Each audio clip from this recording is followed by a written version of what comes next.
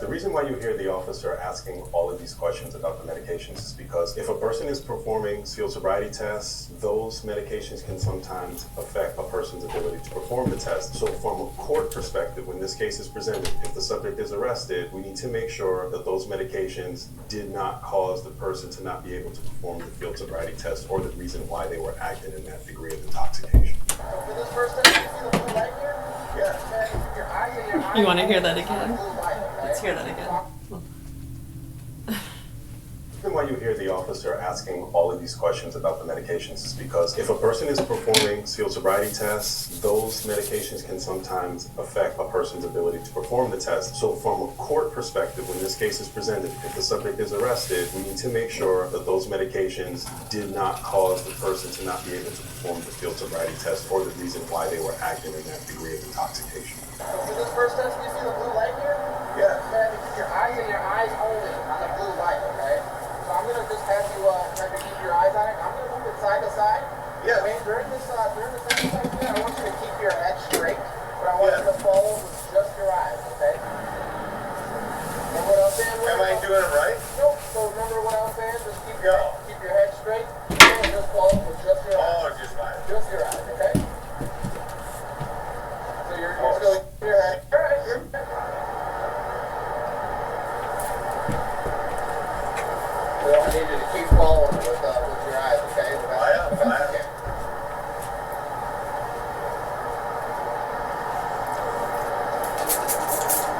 You can still see the blue light or no? Hell yeah. I don't know. So someone is asking, why would they need to make sure it wasn't from the medication? Because they're still driving impaired. So if it wasn't from alcohol, but it was from the medications, they need to make sure and differentiate. Right, because at OUI, driving under the influence of alcohol. Now, prescription drugs, I mean, if you're taking an SSRI or a stimulant or suppressor, and that impairs your ability to drive, sometimes just like alcohol, some of those medications can be pretty powerful.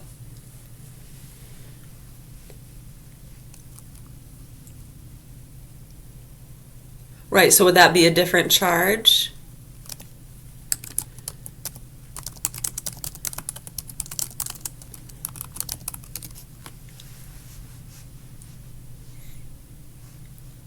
Right, so SSRI depressants do impair driving ability by causing sedation, slow reaction times, and reduced concentration, particularly during the initial phase of treatment. Well, that's why a lot of people, they like to start up, come off of it, go back on it, and that's why they do that, because they like that feeling they get when first on it, and then when it levels out. There's a term for that.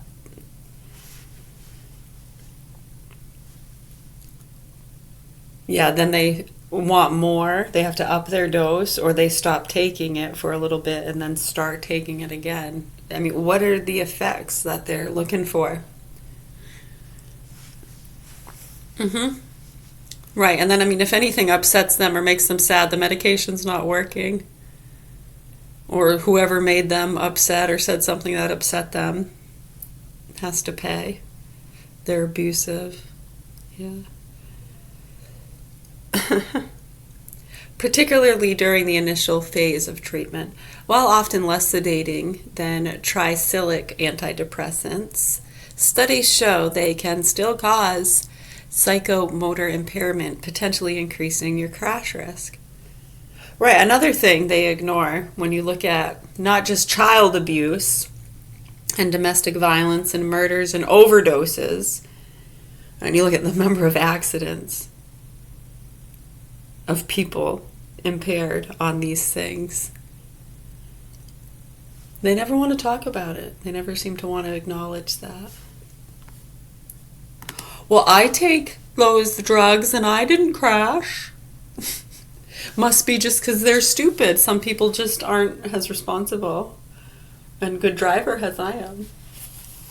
Right, you're dealing with retards, that's the point. Impairment is most common when starting a new medication or changing doses. Side effects affecting driving include sleeplessness, dizziness, and cognitive difficulties.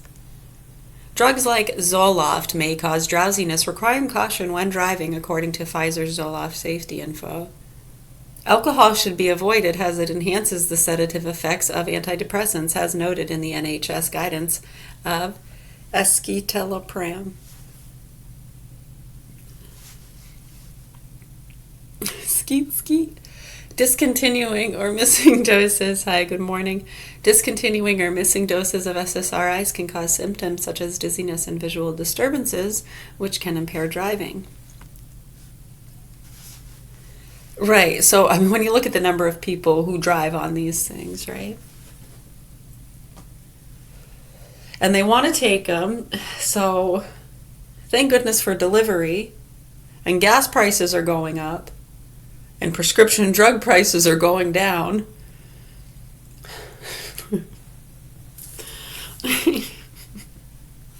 Well, the gas prices go up and down. They fluctuate all the time, right? And there's nothing new there. I know, it's like every time it just naturally fluctuates as it always does. Like, it's their fault. It's because of them.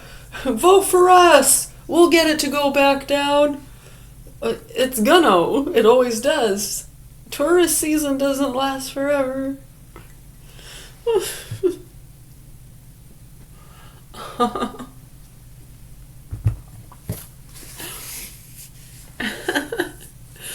Well, I mean, technically, it's always tourist season somewhere, right?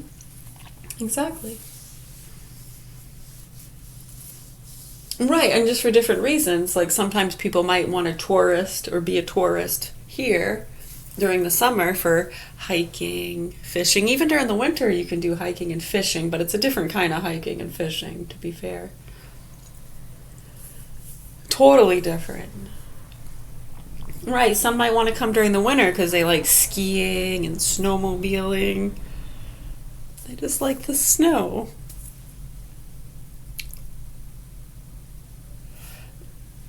A lot of different reasons. You know, some people come during the fall time just to look at the foliage.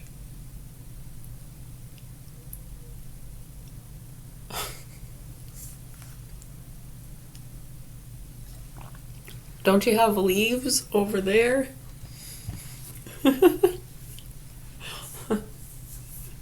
I'll take a picture and send it to you.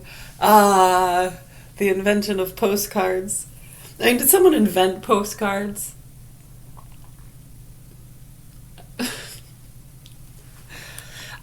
No, it's a good question, actually. Look it up. Hey, I will pertain to whatever questions I want.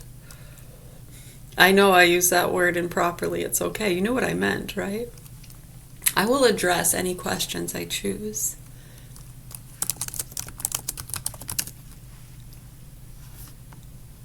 They were invented independently by several people with German Dr. Heinrich von Stauffen. Say that 10 times fast. Dr. Hendrik von Stauffen. Stefan. Henry. It's one of those funny words. It is a proper name. You're right. Shut the fuck up. With German Dr. Heinrich von Stauffen proposing an open post sheet in 1865.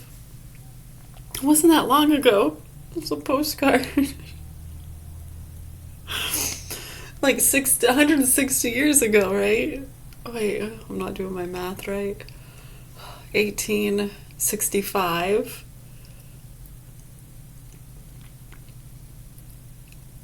It is 160 years ago. I was right. Don't fuck with me.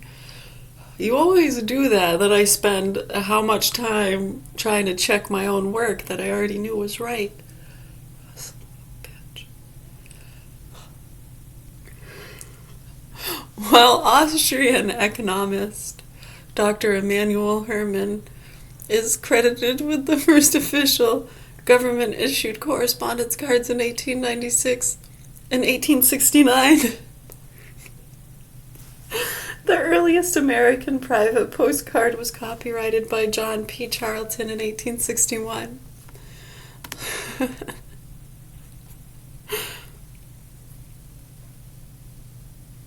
He was often credited with mailing the first known picture postcard to himself in 1840 as a joke. It was a joke.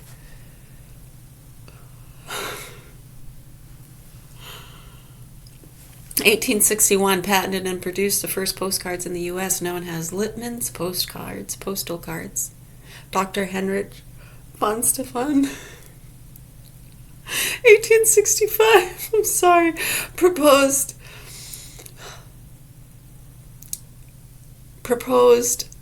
offenness, proposed offenness, O-F-E-N-E-S-S, proposed offenness postblatt to the Prussian Postal Service. I gotta look that up. Offenness postblatt. Where is my pen? It's 7-Eleven. April 24th. Alright, let's see. I'm still figuring out how to work this thing. Just bear with me.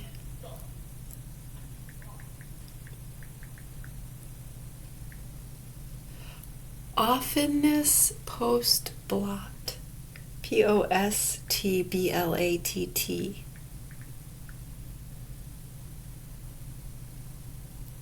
Receiving or sending offensive postcards, offenness postblatt, is generally frowned upon, and sending threats via postcard is a felony. Postal services may ban specific types of offensive content, such as racial material. For dealing with unwelcome mail, reporting to local authorities is highly recommended. Mailing threats or defamatory content is illegal and should be reported to the police. Explicitly racist postcards were banned by the U.S. Postal Service as early as 1908. Postcards are open, and while mail carriers typically do not read them, they are not confidential. Websites like Etsy or Zazzle may feature rude postcards or humor, but their terms of service usually prohibit hate speech or illegal threats. Community standards. The post-crossing community, for example, emphasizes receiving postcards, but offensive content is generally discouraged. So what would be considered hate speech? I mean, if you say, I hate you, you motherfucker, I hate you. That's not prohibited. You can say that. It's not hate speech.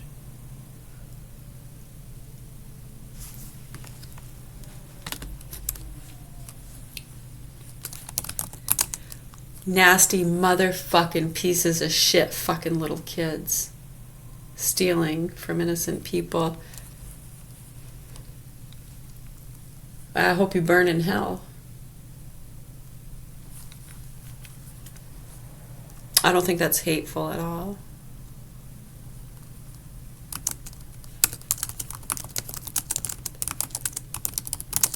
Yeah, no, like if you were to say, you know what, say you're at the grocery store, whatever it is, you're standing in line somewhere. There's like 3 people in front of you, you're in a hurry. I hate you motherfuckers. I'm in a hurry. You don't deserve to be in front of me. I'm more important.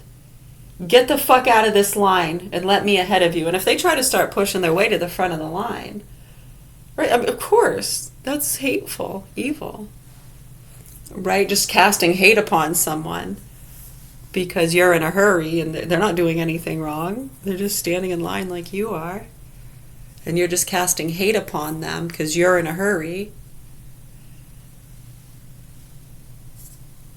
I know, I used to like it. I picked the longest lines. God damn it.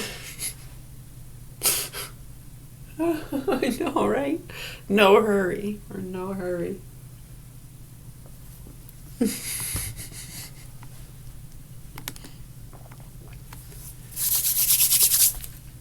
Hate speech. Let's see what they say. Well, you see what they say about vaccines, so let's get a load of this.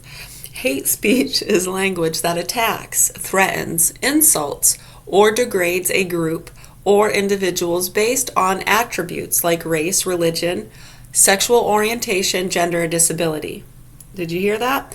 Right. So when it's because they're committing crimes or they're sick motherfucking pieces of shit and they're abusing little kids and committing fraud in your community, okay, that is not a group or individual based on attributes like race, religion, sexual orientation, gender, or disability. We're actually totally fine. You want to be gay, stick a dick in your ear, your ass, I don't care. Whatever color, race you are a human being here on planet Earth, and you deserve to be treated and have the same rights as anybody else. Religion, you have a right to your own religion. Of course, everyone has their own, right? Sexual orientation, gender, yeah, we have no problem with any of those things. It would never cast hate or judge anyone based on any of those things. So yeah, what are you talking about? Because we're dealing with a lot of sick people protecting pedos who cast a lot of hate upon us because of our beliefs and disabilities. So I'm not sure. Right. It often dehumanizes targets. I think that's part of the flip-flop Pandora's box people are talking about, like the delusional, you've been bamboozled and gaslit, wake the fuck up. Right. Or you can keep licking the assholes of your sick activist friends who profit from these drugs and abuse. You don't want to look at it, do you? Tucker? Any of you? I think they understand, maybe they're just playing that role to get us speaking more. Right, because they know that gets people trying to bring more clarity and understanding when they see further confusion and people acting like total fucking douchebags and, again, ignoring the facts and concerns and promoting their bullshit. All you can do is love and appreciate them, and, they don't have a choice. They're doing the best they can. We understand. We have compassion for you. It's okay. Right. So using dehumanizing slurs based on race, religion, or sexual orientation. This is not that hard to understand. Comparing specific groups to animals, insects, or diseases to justify mistreatment. Comparing specific groups. So, white people, bunch of fucking crackers. Oh, that's not an animal, that's a cracker. Okay. Monkeys, chimpanzees, porch monkey.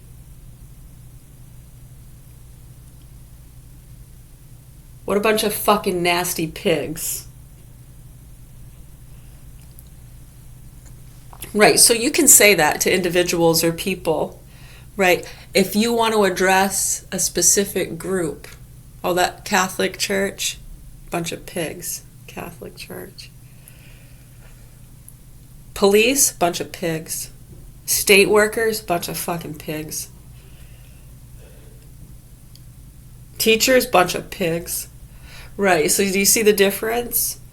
The KKK, bunch of fucking pigs.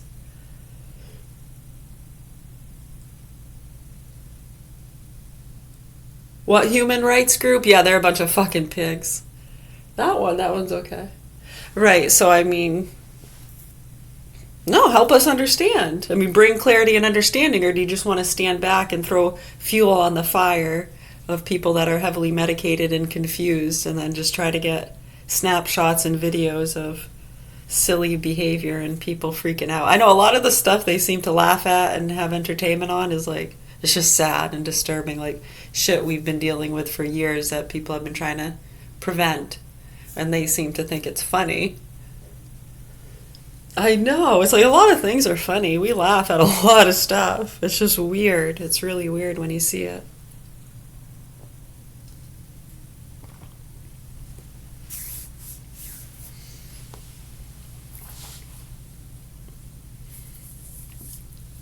Right, exactly. So if you were to say, the Americans or the Chinese, yeah.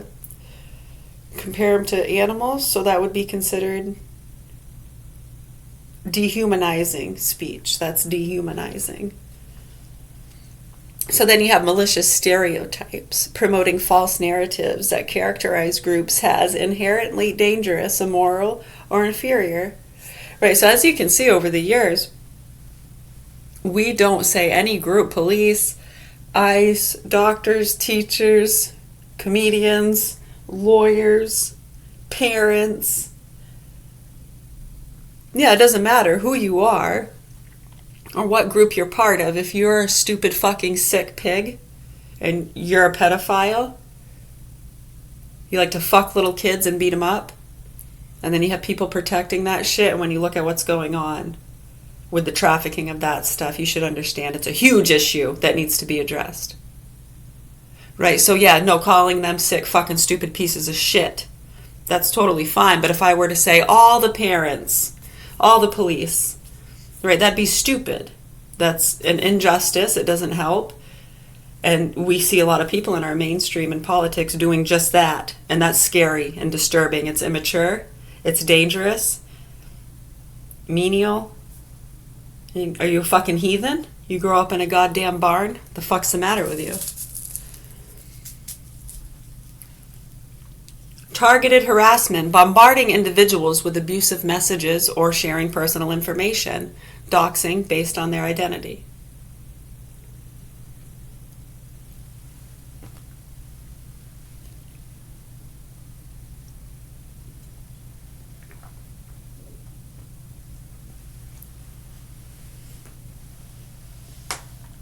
Hate symbols, displaying symbols associated with hate groups such as the Nazi swastika or the Confederate battle flag.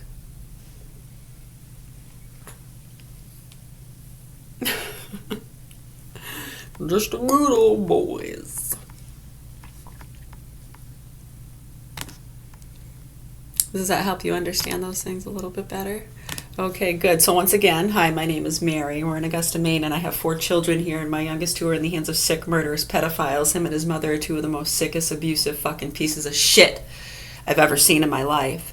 And the fucking sick pedo pieces of fucking shit who protect him, and the citizens that are very sick and demented, nasty fucking pigs protecting these pedos, individuals protecting these fucking pedos. You want to call yourselves a group, okay, because you meet every so often? You go right ahead and do that. You're all a bunch of fucking nasty pigs and pieces of shit.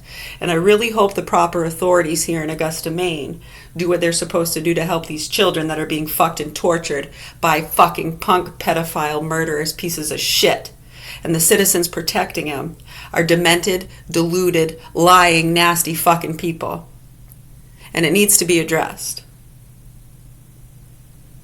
It's very sad to us, the level of ignorance that's been taking place. Anything else? Thank you. You're welcome.